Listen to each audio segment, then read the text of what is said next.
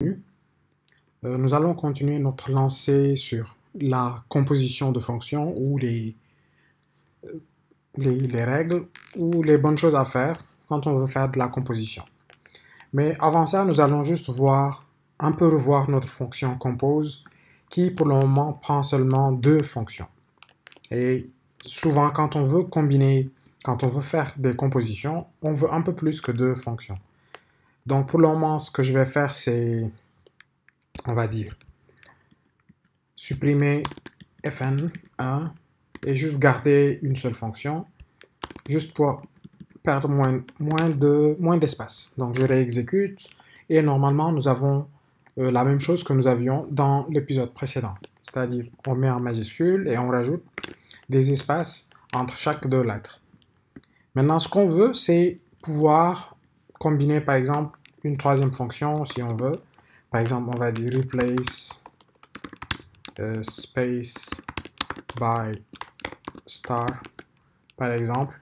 Si on dit on veut pouvoir remplacer un caractère spécifique par une chose, on va même dire par exemple by et puis ce sera une fonction qui prend le caractère par lequel on veut remplacer. Donc on va dire function replace by, on va dire character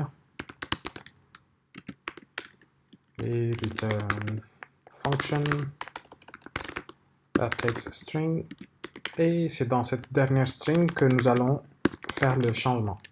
Donc pour le moment on va juste dire replace space, donc on va juste utiliser une expression régulière. On va dire si tu as des espaces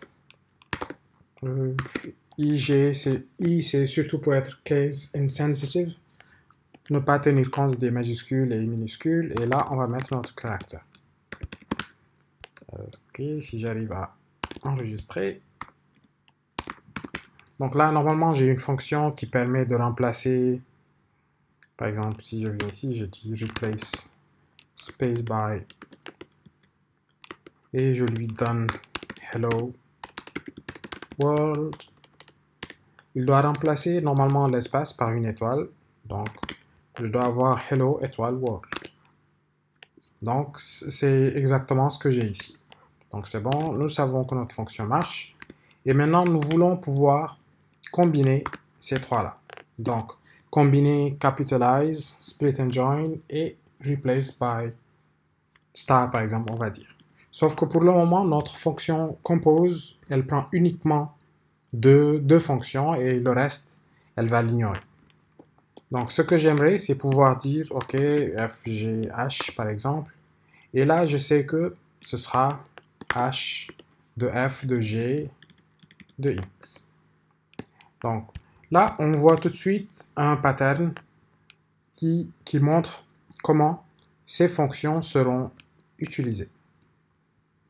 Donc là le input, je vais le mettre un peu plus bas ou plus haut.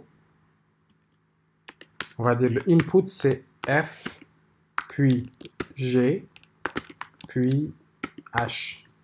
Et l'ordre d'exécution c'est h qui prend le résultat de f, lequel attend le résultat de g. Donc, je reçois les fonctions en entrée dans un ordre et l'exécution c'est dans l'ordre inverse. Ok, ce qui veut dire que si j'ai un tableau qui contient les fonctions à exécuter, je sais que je vais commencer à faire ma pile à partir de h, à partir de la fin. Ou bien, on va dire que le h se trouve à droite et le f se trouve à gauche. Donc, quand j'aurai une collection de fonctions, je vais commencer mon traitement à partir de la droite. Ok, ce que ça veut dire quoi? Ça veut dire que pour le moment, on va juste enlever le h qu'on a mis et laisser notre fonction comme elle était, f, et nous allons même pas l'utiliser. On va utiliser autre chose. Nous allons réécrire cette fonction et cette fois-ci en utilisant la syntaxe comme celle-là. On va dire que let compose est une fonction est une fonction qui prend un ensemble de fonctions. Et on va juste utiliser on va distract, comme on dit, les arguments. Donc, c'est une fonction qui prend un ensemble de fonctions ou un tableau de fonctions et qui retourne une fonction qui attend une valeur. On sait que nous, notre valeur ici, c'est une string. OK? Et une fois qu'on a cette string, on va parcourir cette liste de fonctions et on va lui appliquer un certain traitement pour avoir le résultat final que l'on veut. Donc, nous aurons la liste des fonctions et on veut les parcourir. Et tout à l'heure, quand on a dit que l'ordre d'exécution, c'était H, F, G, par exemple, de X, et ça, c'était parce que l'ordre que nous avions reçu, c'était F, non, c'était G, F, H, ou F, G, H. C'est plus F, G, H. Donc, c'est F, puis G, puis H.